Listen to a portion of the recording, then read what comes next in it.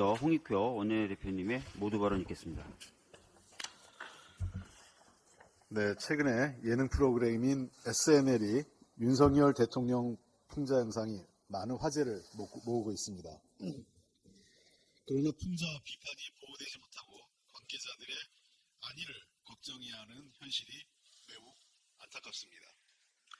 지난 2022년 전국 학생 만화본부전 가천법원의 고등부 금상을 수상했던 윤석열 차에 대해 문화체육관광부가 엄중 경고하며 조사하고 명칭 후원을 취소해 표현의 자유를 크게 위축시킨 바 있습니다. 이는 정치적인 내용을 풍자하는 만화라는 카툰의 개념을 전혀 이해하지 못한 채 대통령에게만 과잉 충성하면서 헌법적 권리를 짓밟은 행위였습니다. 이후에도 지난 1월 대통령 출근길을 지각 체크한 유튜브 영상을 국가안보위해라는 황당한 이유로 접속 차단하고, 최근에도 가상임을 명확히 밝힌 대통령 풍자 영상을 딥페이크 문제로 왜곡해서 접속 차단을 결정했습니다. 서울경찰청은 압수수색까지 지금 공언하고 있는 실정입니다. 국민의 입은 막고 공포를 조장하며 대통령 심기만 살피는 현실이 맨 앞에 방송통신심의위원회가 있습니다. 현재 대한민국에 대통령 경호처가 2개 있다는 웃지 못할 이야기가 있습니다. 대통령의 말만 해도 폭력으로 입을 막고 사지를 들어 끌어내는 용산의 경호처와 방송통신의 공공성 강화라는 본래의 목적은 버리고 대통령 심기 경호처로 전락한 방심위가 그것입니다. 류일인 방심위원장은 고발사주 몸통으로 의심받는 대통령의 하수인답게 불법적 민원사주로 대통령 심기는 지키고 방심위의 독립성과 공공성은 내다버리는 행태를 반복하고 있는 것입니다. 이러한 국가기구 사유화의 정점에는 윤석열 대통령이 있습니다. 대통령이 불법적으로 해촉한 김유진 방심위원은 법원이 이를 바로잡아 복귀했습니다. 그런데 이미 일방적으로 다른 위원을 위촉해 현재 대통령 추천위원이 법이 정한 숫자보다 많은 불법적 상황이 된 것입니다. 윤석열 대통령은 적법한 절차를 거쳐 야당이 추천한 인사를 아무 이유 없이 장기간 임명하지 않는 행태까지 보이고 있습니다. 무엇보다 윤 대통령 본인이 내세워 강조했던 공정과 상식 그리고 자유를 앞장서서 무너뜨리고 억압하면서 국민을 크게 실망시키고 있습니다. 지난 대선에서 완벽한 허위, 과장 광고를 한 것이며 부끄러움은 국민의 몫입니다. 윤 대통령 후보 시절 자유민주주의의 근간은 표현의 자유라고 밝히고 특히 SNL과 인터뷰에서 풍자는 권리라고까지 말한 바 있습니다. 그러나 이제 이를 믿는 국민은 아무도 없습니다. 아마 본인도 자신이 한 말을 믿지 않을 것 같습니다. 예술인을 비롯한 국민들은 취중 농담으로도 가혹한 처벌을 받았던 막걸리 보안법이 횡행했던 이승만 자유당 정부 시절로 돌아가는 것 아닌지 걱정하고 있습니다. 대통령과 정부에 대한 풍자를 무조건 억압하려는 조급함과 촌스러움은 대한민국의 자랑스러운 민주주의에 어울리지 않습니다. 민주당은 국민이 말할 자유, 비판할 자유, 풍자할 자유를 지키고 윤석열 정권이 망가뜨린 나라를 회복해 다시 민주주의를 자유롭게 누릴 수 있는 대한민국을 만드는 데 힘쓰겠습니다. 국민 여러분께서도 이번 4월에 윤석열 정부의 심판으로 대한민국의 민주주의를 회복시켜 주시기 바랍니다. 해병대원 순직 사건 수사 방해와 진실 은폐에 외압을 행사한 핵심 인물 중에 하나인 이종섭 전 국방부 장관이 호주 대사로 임명됐습니다. 이종섭 전 장관은 해병대 수사단의 수사 자료를 경찰에 이첩하도록 결재해놓고는 이를 반복해서 막은 인사입니다. 이와 같은 비정상적 행위가 대통령의 경로 위에 벌어진 일이라는 외압 의혹의 핵심 피의자로 공수처에 고발되기도 한 수사 대상자입니다. 그럼에도 불구하고 권력의 불법과 관련된 핵심 피의자를 대사로 내보내는 것은 수사에 차질을 줄 수밖에 없는 또 하나의 수사 방해이자 외압입니다. 더 나아가 피의자를 해외로 도피시키는 행위와 다를 바 없는 매우 파렴치한 행위입니다. 이미 이 사건과 관련해서 대통령실을 비롯한 권력의 거짓이 드러나고 있습니다. 이종섭 전 장관은 별도로 회의를 열어 사건 축소를 사전 모의했다는 의혹을 받고 있고, 윤석열 대통령은 이종섭 장관에게 유가족의 동향까지 보고받았다는 폭로도 있습니다. 그동안 김계한 해병대 사령관은 임종득 당시 국가안보실 2차장과 한 차례 통화했다고 말했지만 2차례 통화한 것으로 드러나기도 했습니다. 모두 국회와 법정에서의 위증으로 처벌받을 사안입니다. 조직적인 은폐와 외압이 사실로 드러나고 있는 상황에서 핵심 피의자인 이종섭 전 장관이 유가족의 눈물과 해병대 전우의 호선을 외면한 채 따뜻하고 살기 좋은 남쪽 나라로 도피하려는 것입니다.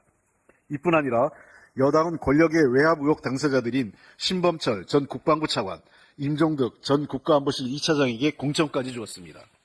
진실은폐, 수사 외압 사건에 대통령과 주요 권력자들, 여당까지 공범이 되고 있는 것입니다.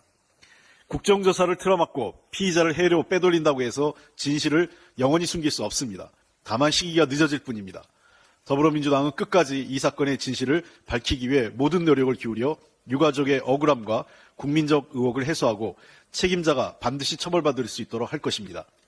국기문란으로 불명예 퇴진한 인사를 주요 국가의 대사로 임명하는 것은 외교적으로도 매우 큰 결례이며 국격을 손상하는 일입니다. 윤석열 대통령은 본인의 치부를 덮기 위해서라면 국민의 체면도 나라의 위신도 신경 쓰지 않는 행태에 부끄러움을 느껴야 합니다. 검찰과 공수처는 이종섭 전 국방부 장관의 해외 출국 금지를 발동해야 됩니다. 이런 사람이 해외로 나가서는 안 됩니다. 이것은 국가적 망신입니다. 해당국인 호주 정부에게도 이러한 야당의 입장을 전하겠습니다. 윤석열 정부 경제 실패로 국민의 삶이 위기 상황에 처한 것은 물론 미래마저 암울한 상황으로 내몰리고 있습니다. 지난해 1인 이상 가구의 월 평균 이자 비용은 전년과 비교해 31.7%나 급등했습니다. 정부가 가계동향 조사를 실시한 2006년 이래 가장 큰 증가폭입니다. 그럼에도 불구하고 20%에 달하는 가구의 월 소득이 200만 원 미만입니다. 이는 최저임금도 벌지 못하는 것으로 생활이 매우 어려울 수밖에 없는 상황에 처하고 있는 것입니다.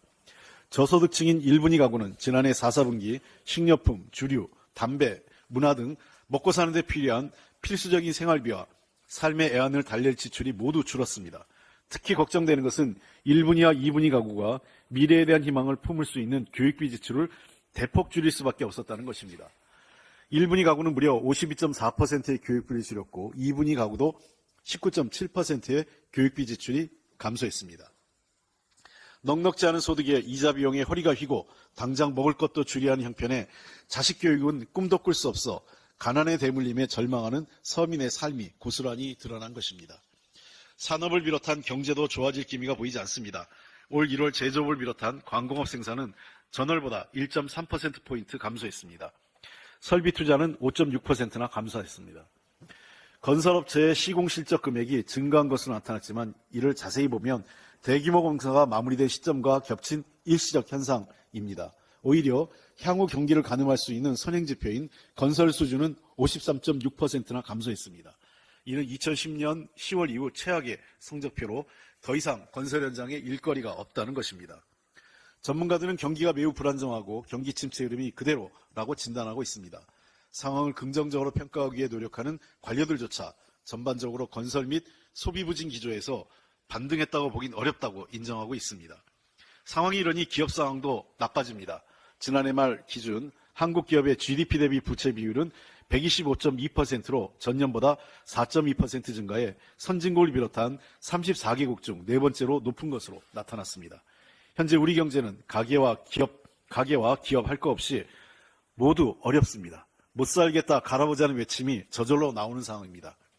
더 늦기 전에 국민의 삶을 망치고 경제를 파탄내고 있는 윤석열 정권을 반드시 심판해서 민생과 경제에 희망과 활력이 다시 일어날 수 있도록 해주시기 바랍니다. 민주당이 믿음직한 대안이 되겠습니다. 4월에 총선을 통해서 경제를 살리고 국민의 민생 경제를 책임질 수 있도록 민주당에게 힘을 모아주시기 바랍니다. 이상입니다.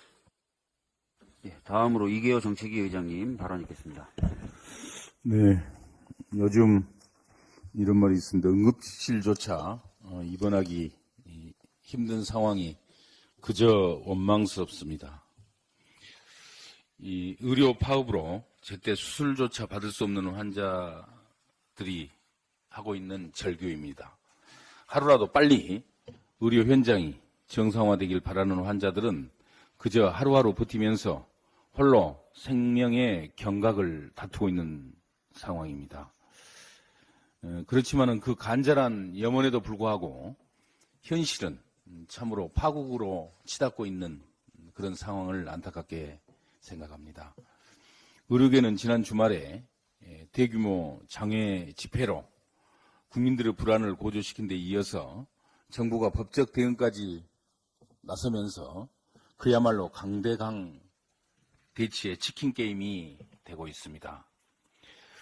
환자의 건강과 생명을 책임져야 될 의료계가 의료 현장을 떠나는 것 결코 용납될 수 없는 일입니다. 국민의 생명을 또 최종적으로 책임져야 될 정부는 어떻습니까?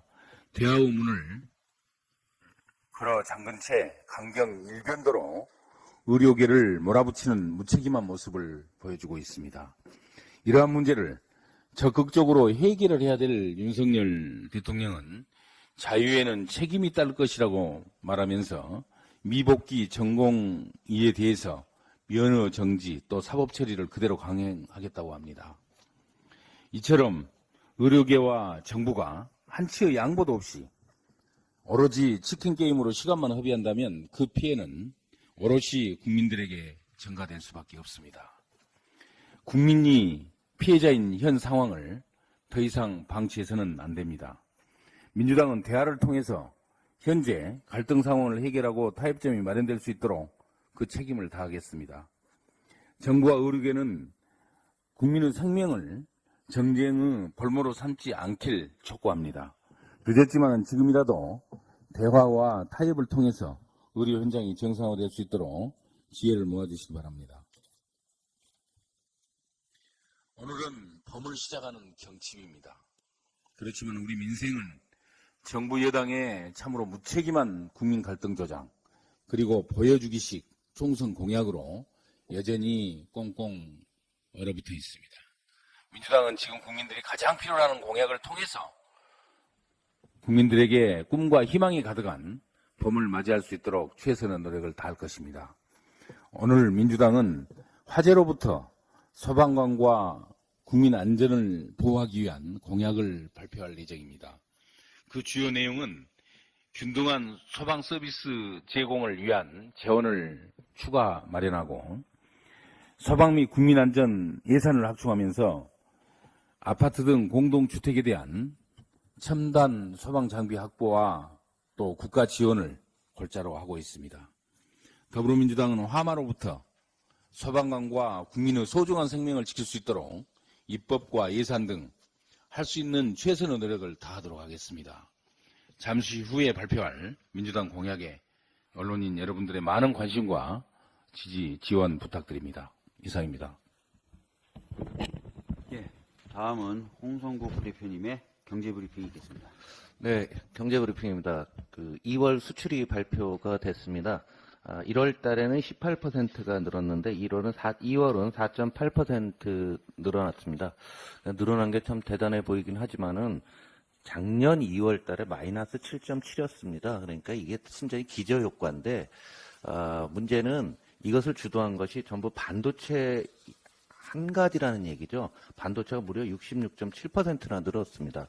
그래서 여기 보시면은 반도체 수출 증가로 쭉 올라가는데 나머지들은 줄고 있습니다. 보다 심각한 부분들은 반도체 하나가 한국 경제의 수출을 떠받치고 있는 상황인데요.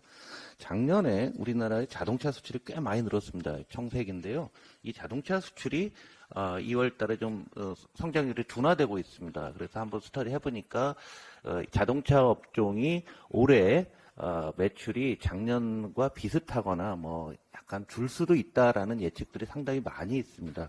결국 한국 경제의 핵심축인 수출에서 자동차는 전년 대비 비슷한 정도로 보고 반도체가 좀 올라가고 이거 하나로 현재 한국 수출이 지탱되고 있는 상황입니다. 더 심각한 것은 우리는 늘 무역수지 흑자가 나면 좋은 거로 보지만은 수입액이 마이너스 상태를 장기간 유지하고 있습니다. 이 얘기는 뭔가 생산을 하기 위해서 해외에서 수입을 해서 가공해서 수출하고 소비를 해야 되는데 이런 선순환 구조가 안 되고 있다는 얘기죠. 비슷하게 흘러야 되는데요. 그래서 지금 무역 흑자 나는 게 전형적인 불황형 흑자라는 것을 숫자 자체가 보여주고 있고 올해 내내 이어질 것으로 보고 있습니다. 수출은 그래도 그나마 어느 정도 기저효과 때문에 낫긴 한데 내수는 계속 안 좋은 상황이 유지되고 있습니다. 고용노동부에서 발표한 건데요. 지난해 실질 임금이 마이너스 1.1%입니다. 정말 심각할 정도로 소득이 줄어는 거죠. 소득이 줄으니까 소매 판매가 줍니다. 코로나 때부터 지금이 소매 판매가 더 안 되고 있어요. 한간에서 IMF 때보다 더 어렵다고 하는데 IMF는 굵고 짧게 나타난 거고요. 이번 부분은 장기간에 걸쳐서 소매 판매가 나타나지 않고 있는 거죠. 산업별로 놓고 보더라도 백화점, 대형 마트, 슈퍼마켓, 편의점, 전문 소매점 다 마이너스입니다. 늘어난 게 뭔가 봤더니 면세점, 해외여행 회복돼서 한 거죠. 우리 경제에 하나도 도움이 안 됩니다. 홍영표 원내대표도 말씀하셨지만은 설비 투자가 조금 늘었다고서 정부 자화자찬하고 있습니다. 이건 건설업 때문에 그런 거고요. 제조업이라든가 우리의 미래와 관련된 산업들은 여전히 마이너스 상태. 그러니까 수입이 감소하고 실질적인 설비 투자는 계속 마이너스 상태라는 이 부분은 올 여름을 지나면서부터 한국 경제가 구조적으로 살아나기 어려운 상황이 되지 않을까라는 생각이 듭니다. 이미 이런 것들이 우리 서민들의 삶에 녹아 들어가고 있습니다. 홍영표 원내대표가 다 말씀하셨는데요. 제가 딴 거를 떠나서 한번 잘 놓고 보시면 이게 일본이 하위 20%와 상위 20% 한번 보시면은요. 하위 20%는 한 달 소득이 117만 8천 원밖에 안 돼요. 근데 상위는 1,000만 원이 넘습니다. 계속 거의 한 10배 차이가 이렇게 나고 있는데 110만 원 받는 거에서 먹는 거 21%, 그 다음에 주거비, 광여비, 이제 겨울이었기 때문에 4분기가 이제 전기요금이나 난방요금, 생존에 의한 거죠. 보건 당연히 써야 되죠. 그 다음에 교통 움직이는 겁니다. 이렇게 필수 생활과 관련된 게 전체 소득의 70% 갖고 있고 수준 투자를 지금 계속 진행해야 될 문제는 이게 어제 오늘 문제가 아니라 장기간 이어지고 있다는 겁니다. 반면에 상위 소득 계층들을 보게 되면은 교통이 16%인데 여기가 차량 구매가 포함이 됩니다. 그래서 신차를 사고, 그러니까 우리 국민들이 완전히 이중으로 갈라진 상태가 장기간 유지되고 있다라는 말씀입니다. 이것을 해소하는 게 정치가 해야 되는 겁니다. 지금 정부가 내놓는 많은 총선 정책이죠. 총선용 정책은 진폭 효과, 공급 조치에 불과합니다. 오늘 봄비가 오는데요. 봄비건 가랑비건 오래 맞게 되면은 파렴이 진행되고 나중에는 씻을 수 없는 중대 질병으로 진행됩니다. 저희 더불어민주당은 면역력을 높여서 장기간 성장할 수 있는 정책을 꾸준히 만들어가겠습니다. 대직요법으로 당장 눈앞에 있는 표를 바라본 정책들은 저희는 내지 않겠습니다. 한국의 미래 민주당이 책임지겠습니다. 경제는 민주당이 했습니다. 예, 다음은 유동수 수석님 발언 있겠습니다. 예, 유동수입니다. 예, 춘 3월 봄이 왔지만 국민의 살림살이는 여전히 엄혹한 겨울입니다. 윤석열 정부는 잘못된 경제정책 추진을 반성하고 저성장 고착화를 타개할 국가 전략을 수립하기보다 전 정부 탓하고 유가 탓하고 전쟁 탓하고 남 탓만 하고 있습니다. 서민의 살림살이가 나아지지 않았다는 건 작년 가처분 소득 증가율과 물가만 봐도 알 수 있습니다. 가처분 소득 증가율이 1.8%에 비해서 먹거리 물가는 6% 이상 상승했습니다. 가공식품 물가는 5.8%, 외식 물가는 6% 올랐고 이는 가처분 소득 증가율의 3.8배, 3.3배나 됩니다. 내 삶의 질을 결정짓는 것은 가처분 소득입니다. 정부가 국민을 더 잘 살게 하지는 못하고 월급 쥐꼬리만큼 오르는데 물가는 날아간다는 한숨만 나오게 만들었습니다. 예, 요새 시장과 상가 다닐 때 듣는 얘기가 상인들은 사람들이 지갑을 안 연다 하고 소비자들은 물가가 너무 비싸 뭘 사야 할지 모르겠다고 합니다. 그러니 작년 한 해 자영업자도 한계 상황으로 몰리고 있습니다. 신용평가기관 나이스 평가정부의 개인사업자 가계 기업대출 현황 자료에 따르면 연말 기준으로 335만 8,499명의 개인사업자는 모두 1,109조 6,658억 원의 금융기관 대출을 안고 있습니다. 2022년 말과 비교해보면 1년 사이 대출자가 8만 4,851명, 2.6%, 대출 잔액은 27조 400억 원으로 2.5% 더 늘었습니다. 더욱이 같은 기간 연체 금액은 18조 2,941억 원에서 27조 3,834억 원으로 9조 892억 원 무려 49.7%나 급증했습니다. 윤석열 정부는 취임 이후 작년 11월까지 21차례 비상경제 민생회의를 열고 에너지와 농축수산물 가격 등을 안정시키겠다고 공언했습니다. 하지만 장바구니 물가는 어떻습니까? 20차례 넘는 비상경제 민생회의에서 말뿐인 정책을 재탕했을 뿐입니다. 경제성장도 뒷걸음치고 있습니다. 한덕수 국무총리는 지난 2월 대정부진구 이후 작년 1.4% 우리 경제성장률이 선진국 중에서 상당히 높게 성장했다고 말했습니다. 하지만 OECD 평균은 1.7%, 스페인이 2.4%, 오스트레일리아가 1.9% 성장했습니다. 심지어 일본이 1.7%로 우리보다 높았습니다. 우리나라 경제 성장률이 일본보다 낮아진 건 최근 50년 동안 단 3번이었습니다. 12.12 쿠데타 직후인 1980년, 위헌위기 직후인 1998년, 그리고 2023년입니다. 군사정변, 국가경제 파산이 아닌데도 일본보다 낮은 경제 성장률을 기록했는데 윤석열 정부는 어떤 책임도 지지 않습니다. 그 와중에 고통받는 건 서민뿐입니다. 지금은 거시경제도 민생경제도 최악인데 정부의 경제정책은 재탕이거나 남탓만 합니다. 그것도 아니면 총선용 선심정책뿐입니다. 윤석열 정부는 저성장 국면을 타개하고 국민의 삶의 질을 향상시킬 실질적인 대책을 조속히 마련하기를 바랍니다. 이상입니다. 예, 마지막으로 저도 몇 가지 말씀드리도록 하겠습니다. 아까 원내대표님 말씀하셨지만 먼저 저도 윤석열 대통령에 대한 풍자 영상 관련된 말씀을 좀 드리도록 하겠습니다. 표현의 자유는 기본권 중에 기본권이다라고 헌법학자들은 이야기합니다. 왜 그러냐면은 표현의 자유는 인간을 인간으로서 존재할 수 있게 만드는 기본권이기 때문입니다. 그런데 이 표현의 자유는 굉장히 약한 기본권으로도 분류가 되는데요. 탄압이라든지 제한에 되게 민감하게 반응하기 때문입니다. 어떤 표현행위를 할 때 그 표현행위자를 제재하게 되면 본인도 그 표현행위를 멈추게 될 뿐만 아니라 그 제재를 받는 모습을 본 주변인들이 다 같이 얼어붙게 됩니다. 자기 검열을 하게 된다는 거예요. 이걸 소위 말하는 칠링 이펙트, 쿨링 이펙트라고 합니다. 그래서 이 표현의 자유를 제한할 경우에는 굉장히 신중하게 해서 칠링 이펙트가 발생하지 않도록 해야 된다는 것이 또 헌법의 한 원칙입니다.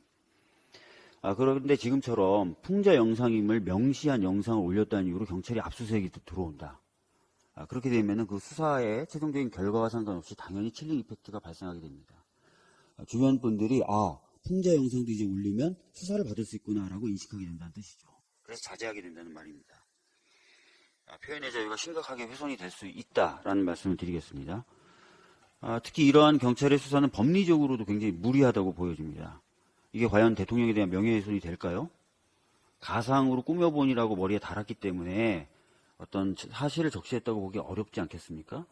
그렇다면 사실 적시에 의한 명예훼손이든 허위 사실에 의한 적시에 의한 명예훼손이든 성립하기가 어려워 보이고요.